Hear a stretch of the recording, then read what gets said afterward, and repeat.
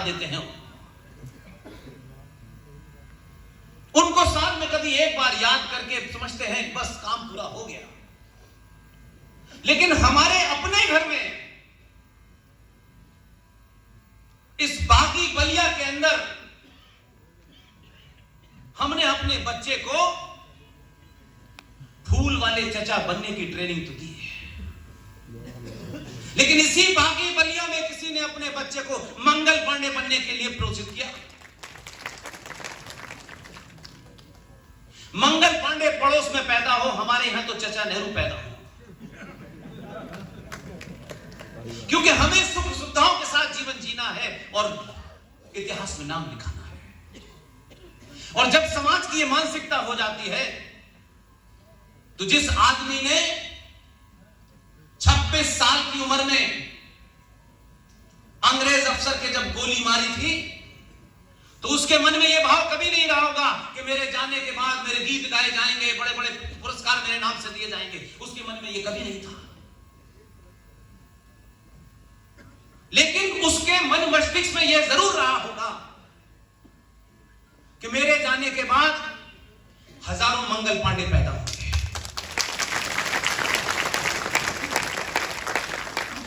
लेकिन मुझे दुख और अफसोस है, सुबह जो लोग कुछ मिले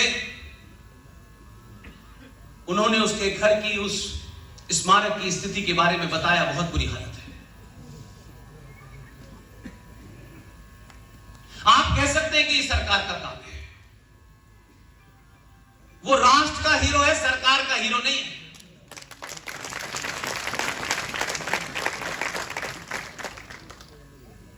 और इतनी बातें आपसे छुपाई गई कि अगर इसकी 5% भी आपको बता देती तो आज चौराहे चौराहे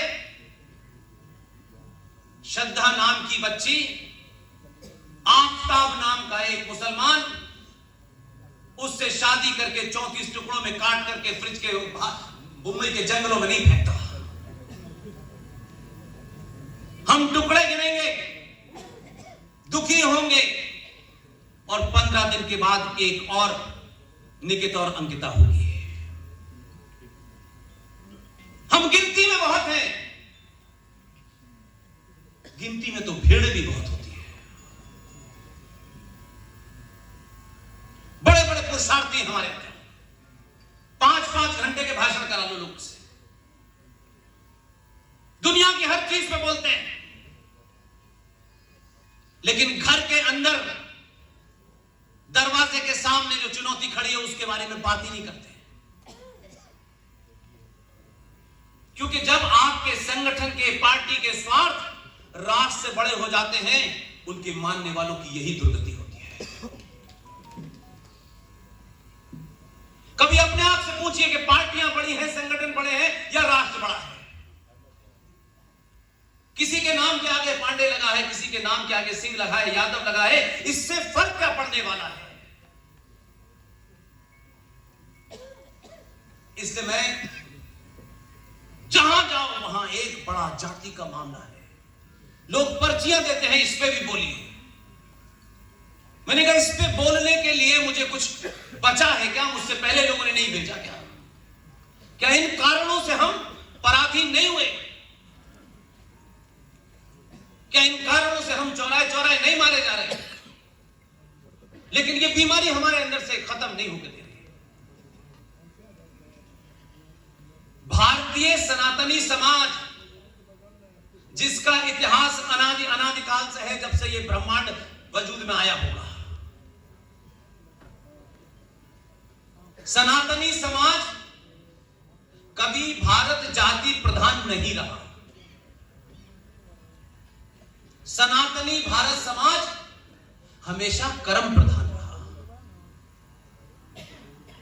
हम रामायण का गुणगान करते हैं, भगवान राम की पूजा करते हैं, परशुराम का जिक्र करते हैं, रावण का जिक्र करते हैं, लेकिन इन 3-4 कैरेक्टर को भी सही परिप्रेक्ष्य में जो है उसके लिए बहुत ज्यादा बड़ा विचारक होने की आवश्यकता नहीं। हम में से किसी ने रावण को नहीं देखा और ना ही उस वक्त टेलीविजन था तो लाइव देख लिया होता।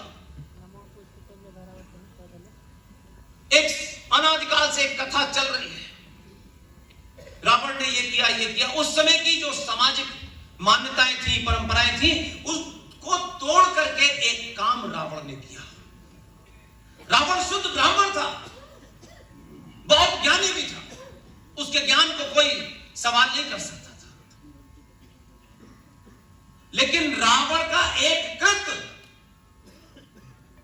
2022 के भारत में भी उसके उस एक गलत काम के चलते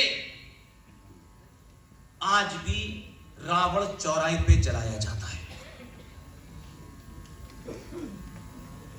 और एक दूसरा ब्राह्मण जिसको आप परशुराम कहते हैं, परशुराम अपने कृत्य के कारण आज भी मंदिर में पूजे जाते हैं। आपको अच्छा लग सकता है, ब्राह्मणों को गाली दे सकते हैं, गाली देने में पैसे नहीं लगते हैं, लेकिन अगर किसी से नफरत करें या किसी से प्यार करें, वो तथ्य फैक्ट पे होना चाहिए, भावनात्मक बातें नहीं होनी चाहिए। जो लोग भी ब्राह्मण को गाली देकर के अपनी बात कहने के लिए खुश हो जाते हैं, चंद वोट पा लेते हैं, मेरा उन्हीं से सवाल है कि आप उस पैराडॉक्स को देखिए कि एक क्षत्रिय राम ने रावण के उस कृत्य के कारण उसका वध किया। रावण को हम कब से जला रहे हैं, लेकिन आज तक बड़े से बड़े विद्वान ने, बड़े से बड़े प्रखाट पंडित ने कभी भी उस क्षत्रिय भगवान राम के ऊपर ब्राह्मण वध का आरोप नहीं लगाया। कोई ये नहीं कहता है कि राम ने ब्राह्मण वध किया था, ये नहीं कहता, रावण का वध किया ये कहता है। और आप फिर उस ब्राह्मण को जब गाली देते हैं तो उसका तीसरी परीक्षा देखिए कि वही ब्राह्मण मंदिर में बैठ करके जिस क्षत्रिय ने रावण को मारा है, उस क्षत्रिय राम की पूजा करता है। फिर आप उस पर चौथा आरोप लगाते हैं कि यह भेदभाव करता है। वही ब्राह्मण मंदिर में बैठ करके वाल्मीकि की लिखी रामायण पढ़ाता है, शर्मा जी की नहीं पढ़ाता। आप इस सब के बारे में नहीं बात करेंगे। आपके शत्रुओं ने, चाहे वो विदेशी हो, चाहे वो आक्रांता हो, आपकी इस फॉल्ट लाइन को इतना मजबूत बना दिया है कि आज आप एक दूसरे के खिलाफ खड़े हुए हैं। इसलिए जो सामूहिक शक्ति है सनातनी हिंदू समाज की, उसका प्रदर्शन नहीं होता। और जो समाज अपने शत्रु से भी नहीं सीखता, फिर उसका पतन निश्चित होता है। आप जिनके बीच में हैं, जो निकिता और अंकिता की हत्या कर रहे हैं, रिकॉर्ड नहीं कर रहा, कुछ उनसे भी अगर आप सीख लेते तो शायद ऐसा नहीं होता। देश की सरकार चलाने में, खजाने में सबसे ज्यादा आपका कंट्रीब्यूशन, संविधान को सर पे रख के ढोने में आपका कंट्रीब्यूशन, कानून व्यवस्था को बनाए रखने में आपका कंट्रीब्यूशन। लेकिन कुछ पागल 20-21 करोड़ लोग हैं जो रेगिस्तान में ऊंट की पीठ पे खड़े होकर खजूर तोड़ रहे थे, वो आपको ज्ञान दे रहे हैं, वो आपको चौराहे चौराहे डरा रहे हैं, वो खुल्लम खुल्ला मार रहे हैं, और आप सिर्फ मूक दर्शक बने खड़े हुए हैं। भगवान राम की कहानियां सुनाई जाती हैं, बड़े बड़े कथाकार सुनाते हैं। मैंने आजकल बड़े मॉडर्न भी हो गए, कुछ राजनीति में थे, जब धक्के मार के वहां से निकाल दिए गए तो आजकल कथा सुना रहे हैं, बहुत गुणगान कर रहे हैं। और कुछ तो कथाकारों के बारे में मैंने सुना है 4 करोड़ रुपया लेते हैं कथा सुनाने का, और उसी कथा में ये सनातन के तमाम एक एक परिवार की महिलाओं से और पुरुषों से ये मेरी और आपकी लड़ाई नहीं है, ये सनातन भारत की जो करोड़ों साल पुरानी पहचान है उसको बरकरार रखने के लिए अगली पीढ़ी की लड़ाई है।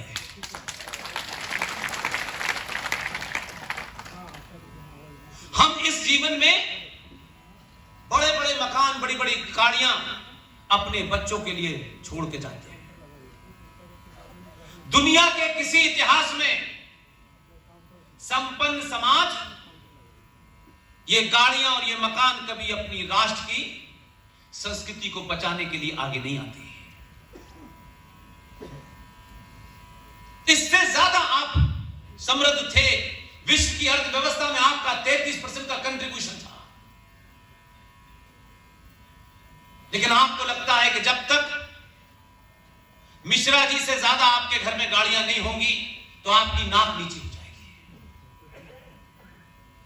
फला की शादी में 3 किलो सोना दिया गया है तो मुझे 4 किलो देना है। आपने विवाह जैसे संस्कार को बिजनेस में तब्दील कर दिया है। आपने उस अपनी बेटी की कीमत मार्केट में लगाई है। यह सबसे बड़ा जघन्य अपराध है। हमारी संस्कृति में माएं, बेटियां, बहनें घर की इज्जत होती है। हम अखबारों में उनकी लंबाई चौड़ाई क्यों छपाते हैं, ये शर्म नहीं आती हमको? सार्वजनिक आप मंचन करते हैं हर बड़े बड़े अखबार में, मेरी लड़की है, इतनी लंबाई है, गोरा रंग है, नाक है, फलाना है, दिमाग है। ये क्या करते भैया? आप कहां से चले थे, कहां आ गए? जो आपके घर की इज्जत है उसको आप अखबार में छपाते हैं, उसकी लंबाई चौड़ाई। फिर उसी हिसाब से आप दूसरे को देखते हैं। और एक दिन दहेज देने के बाद भी बेटी बचती नहीं है। आप उस बेटी के लिए लड़का नहीं चुनते। माफ कीजिएगा, हमारी माएं और हमारे पिता बेटी के लिए लड़का चुनते वक्त, दहेज देते वक्त उस बेटी का भला नहीं सोचते। समाज में हमारी शान क्या होगी, कहीं वो न घट जाए। किसी और समाज में ये संकट नहीं है। पंचर जोड़ने वाले के पास न दहेज लेने के लिए है न देने के लिए। इससे सीखने के लिए किसी ने भी सीखना चाहिए। हम हर चीज जो 70 mm पर्दे पर 10 सेकंड का विज्ञापन देने के लिए 5 दिन तक अपना मेकअप कराती है, हम आजीवन वैसे ही दिखना चाहते हैं।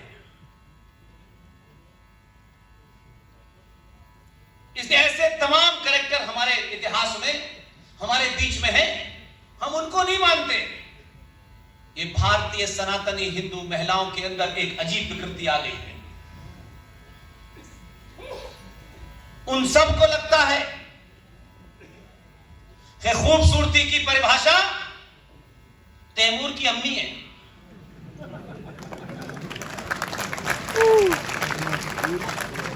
हमें वही दिखना है। तैमूर की अम्मी को हकीकत में देख लेंगी मैरिन ड्राइव में तो लगेगा 10 रुपए भीख दे दो उसको। हम पर्दे से, विज्ञापन से असली जीवन की तुलना करके जीना चाहते हैं, ये मुमकिन नहीं है। हम कभी भी घर के अंदर किसी विषय पे कोई वार्तालाप नहीं करते। पता नहीं। आपके घर के अंदर बच्चे हैं, उनके मन में कई सवाल हैं, बेटियों के कई सवाल हैं, लेकिन फुर्सत नहीं है हमें। पिताजी को पैसा कमाना है, माता जी को देखिए कथा सुननी है। पता नहीं। और जो कथा सुना रहा है उसके बारे में हम कुछ बोलना नहीं चाहते। ये समझते हैं कि कथाकार नाराज हो गए तो हमारा भविष्य खराब हो जाए। एक कथाकार, हम वैसे अपने लिए बड़े सेंसिटिव लोग हैं। हमें कोई मां की गाली दे दे, हमको चोट लगती है, पिता को गाली दे दे, कुल को गाली दे दे, जाति को गाली दे दे, सब कुछ करते हैं। लेकिन जिसको अपना आराध्य मानते हैं, जिसको पूजते हैं, उस मर्यादा पुरुषोत्तम राम के बारे में कोई कुछ भी कहते, हमको फर्क नहीं पड़ता। इसलिए भगवान राम की कथा सुनने जो भी जाते हैं, मैं नहीं जानता कि वो कथाकार क्या नई बात कहने लगता है जो आप सुनने चाहते हैं। वो कथा, वो रामायण आपको अपने घर पे पढ़ करके बच्चों के सामने सुनानी चाहिए। तो 1 घंटे में से 4 शब्द भी अगर उसके यहां अटक गए तो फिर चौराहे चौराहे निकिता नहीं मारी जाएगी।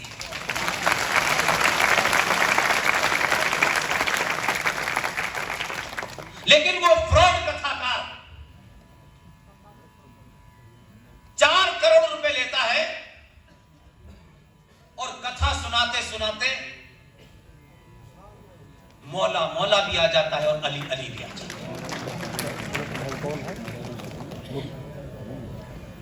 अब आपने पहले तो अपने स्वार्थों के लिए यह किया, और जब उस बेटी ने यह पूछ लिया कि ये कथाकार जो थे, माता जी जिसकी कथा आप सुनने गई थी, मैं भी थी, आपने जो सुना, मैंने तो मौला को भी सुना, अली को भी सुना। तो जब वो घर से बाहर निकली तो अली मिल गया उसे, फिर अली ले गया। फिर अली ने उसके 38 टुकड़े किए और 36 टुकड़े किए और 20 टुकड़े किए। अब आप कहते गलत है। आप ही उसने ये झूठ बोला, सिर्फ सनातनियों ने बोला। सारे धर्म बराबर है। किस डिक्शनरी में पढ़ा था? कहां लिखा था? किस विद्वान ने किया था? उसका नाम मुझे बताओ। कब्र में होगा, ढूंढ के निकालूंगा उसको। यानी हम इतना बड़ा दीवार पर लिखा हुआ झूठ बोल रहे हैं और समाज ढोलक बजा के घूम रहा है। जिन लोगों को सत्ता की चाटुकारिता नहीं करनी, उनको किस बात की चिंता है? वो अपने ज्ञान के कारण अपना जीवन चला रहे हैं। किसी सत्ता की, किसी पार्टी और किसी संगठन की मेहरबानी में उनका जीवन नहीं चलता।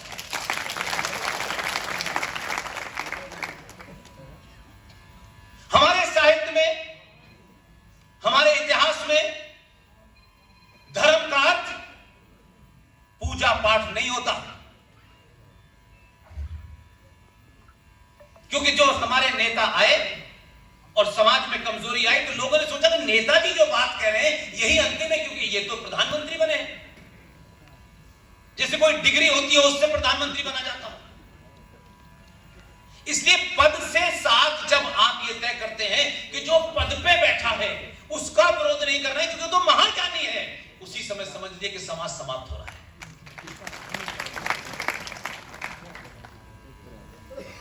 धर्म का अर्थ हमारे साहित्य में, हमारे सरोकारों में ड्यूटी को कहते हैं, दायित्व को कहते हैं। मां का धर्म क्या है, बेटी का धर्म क्या है, पिता का धर्म क्या है, भाई का धर्म क्या है, यानी उसका कर्तव्य क्या है, उसकी ड्यूटी क्या है।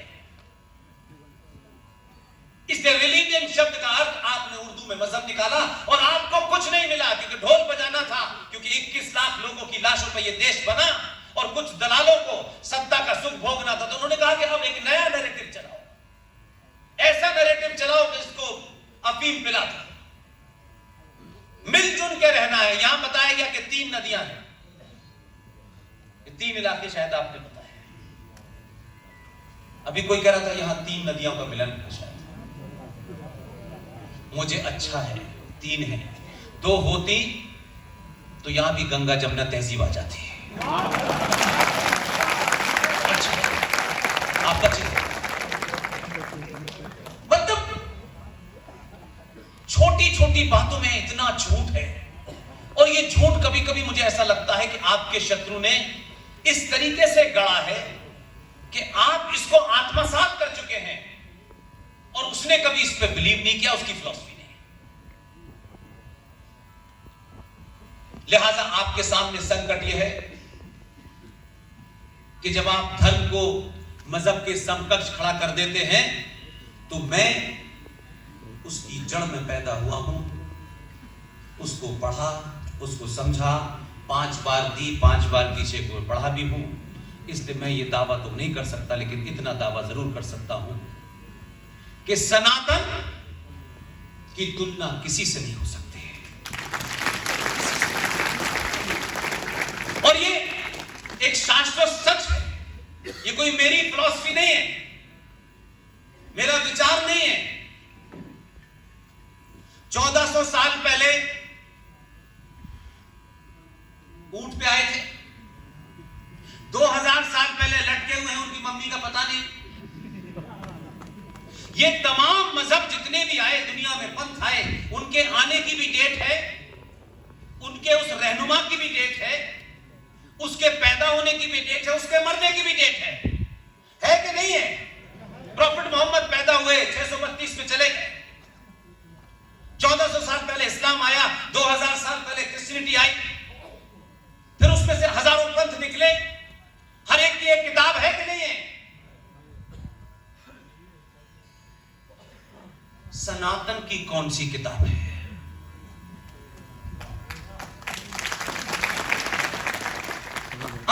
अनादिकाल से, जब से ये ब्रह्मांड, कायनात, यूनिवर्स उत्पत्ति में आया है, तब से सनातन है, और जब तक ये ब्रह्मांड रहेगा तब तक सनातन है।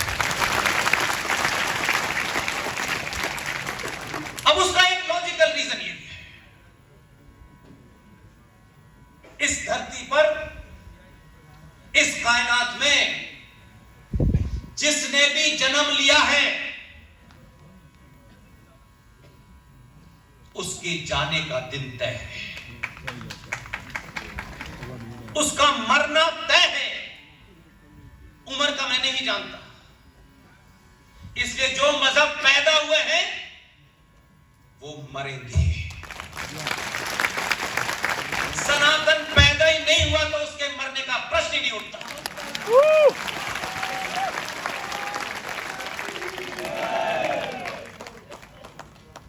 इसलिए धर्म धारण किया जाता है। हमारे अपने समाज में हम रूटीन में बात करते हैं, आम भाषा में बात करते हैं। हमारे समाज में किसी की मृत्यु हो जाती है, हम क्या कहते हैं? हम कहते हैं लेकिन वो हमारे कॉन्शियस में है, लेकिन जब जरूरत पड़ती है तो उसको भूल जाते हैं। किसी का भी निधन हो जाता है परिवार में, समाज में, मोहल्ले में, तो हम शमशान ले जाते हैं, उनका अंतिम संस्कार करते हैं, और जब कोई पूछता है क्या हुआ तो भाई पंचतत्व में विलीन कर दिया। कभी रुक के पूछा नहीं है 5 तत्व क्या हैं जिससे मेरा शरीर बना है, वो कौन से तत्व हैं, उन तत्व का हमारे यहां महत्व क्या है। उन 5 तत्वों में जिससे मेरा शरीर बना है, जिसके कारण ये समाज, ये सिस्टम चल रहा है, ये कायनात चल रही है, उसमें क्या है? अग्नि, वायु, जल, पृथ्वी, आकाश, यही है। ये 5 हैं। ये 1400 साल पहले आए, ये दुनिया आई थी। वो ऊंट को लेके आए थे क्या? वो 2000 साल पहले लेके आए थे क्या? हमारे ऋषि मुनियों ने, क्योंकि आज अंग्रेजी का दौर है और हर चीज ट्रांसलेट अंग्रेजी में करके हमें ज्यादा अच्छी लगती है। अगर जब हम उसे ऋषि मुनि कहते हैं तो लोगों को लगता है क्या ये तमाम ऐसी रूढ़िवादी बातें करते हैं। अब वो पता नहीं उनके खानदान में कौन इंग्लैंड गया था, किसी को पता था, लेकिन एक शान है हमारे यहां। ये 5 तत्व क्या हैं? किसी ऋषि मुनि ने, जैसे यहां आपके मंच पे एक से एक बड़ा विद्वान बैठा है, अगर मैं अपने पूजनीय लोगों से कहूं कि 5 साल के बच्चे को आपको यह समझाना है कि अग्नि क्या है, तो ये क्या उसको साइंस के फॉर्मूले से समझाएंगे? ये कोई साइंटिफिक रीजन देना शुरू कर दे? इसको मैं आसान भाषा में इसलिए समझाना चाहता हूं कि 5 साल का, 6 साल का बच्चा, जो मां उसको दूध पिलाना चाहती है, जो उसे ग्लास में दूध देना चाहती है, वो दूध पीने से आनाकानी करता है कि नहीं करता? तो आप क्या करते हैं? इसकी शिक्षा किसी एमए और पीएचडी में नहीं मिली। वो 6 साल का बच्चा जब ग्लास से दूध पीने से मना कर देता है तो मां एक मैकेनिज्म निकालती है। वो ज्ञानी अपने पति से नहीं पूछती जिस पे फुर्सत ही नहीं है। वो उस बच्चे से क्या कहती है कि बेटा दूध पी लो, नहीं भौबो आ जाएगा। अब उस मां के इसी भाव को अगर कोई वामपंथी डिस्क्राइब कहे तो कितनी क्रूअल मां है। ये तो चुड़ैल है जो अपने बच्चे को डराती है। उसने आधी बात सुनी और आधी बात पे तर्क दे रहा है। मां का एजेंडा है कि बच्चा दूध पी ले, क्योंकि मां ये जानती है कि इस दूध की क्या क्या प्रॉपर्टीज है, क्या क्या क्वालिटीज है, ये 5 साल का बच्चा नहीं समझ पाएगा। इसलिए उसका एजेंडा है कि वो दूध पी ले, भौगों के डर से पी ले। लेकिन मां वही रही। बच्चे की उम्र 12 साल हो गई, वो बच्चा 12 साल का हो गया। मां का भाव वही है। 12 साल का बच्चा जब दूध पीता है तो मां वो नहीं कहती जो 5 साल में कहती है। अब उससे मां कहती है दूध पियोगे तुम तो तुम्हारे बॉडी में कैल्शियम जाएगा, तुम्हारी हड्डी मजबूत हो जाएगी, और भौबो आएगा तो मुक्का मार के भगा देगा। भाव वही है। तो उस ऋषि मुनियों ने, जिन्हें आप मजाक उड़ा सकते हैं इस आधुनिक दौर में, उसी ऋषि मुनि ने जिनको बीमारी हो गई है कि 1958 में नासा बना था, तब दुनिया में पता चला कि तारे क्या हैं, आकाशगंगा क्या है। ये उठाई गिरे टाई लगा करके कहते हैं हम जेंटलमैन, क्योंकि ये बीमारी भारत में मैकॉले लेके आया और पहला कॉन्वेंट स्कूल बंगाल में खुला। और आज हर सनातनी मां और सनातनी पिता ये समझता है कि जब तक उसका बच्चा कॉन्वेंट स्कूल से पास नहीं होगा तो शर्मा जी के बेटे से आगे नहीं निकलेगा। लिहाजा भाव देखिए, जिसे आज आप साइंस कह रहे हैं, सनातन में उसे सनातन ही कहते हैं। सनातन शुद्ध साइंस है, कॉमा फुल स्टॉप नहीं बदल सकता। दुनिया में हमसे बड़ा कोई साइंटिस्ट हो ही नहीं सकता।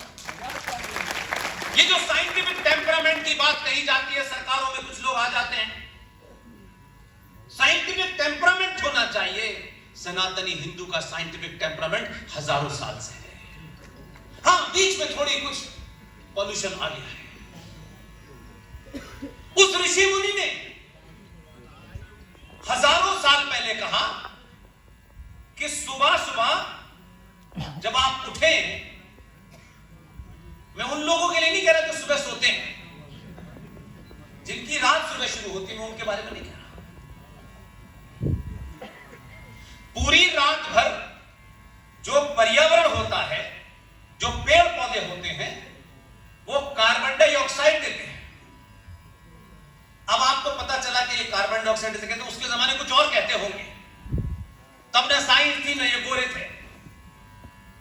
रात भर वो पेड़ कार्बन डाइऑक्साइड देते हैं, लेकिन प्रकृति के उस पूरे क्रम को, उस करिश्मे को आपका वो साधु जानता था, आपके ऋषि मुनि जानते थे।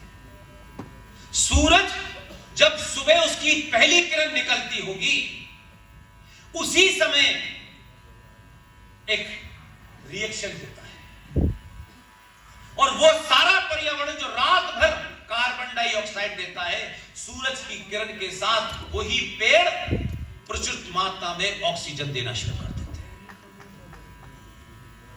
अब आपसे कहा गया सुबह उठ करके सूर्य भगवान की पूजा करनी चाहिए। आपको लगा रे सूर्य भगवान की पूजा करेंगे और हमें मांगने की आदत पहले से ही है, तो सूर्य भगवान की पूजा करके घर में आएंगे तो सोना ही सोना मिलेगा। शुद्ध साइंस है ये।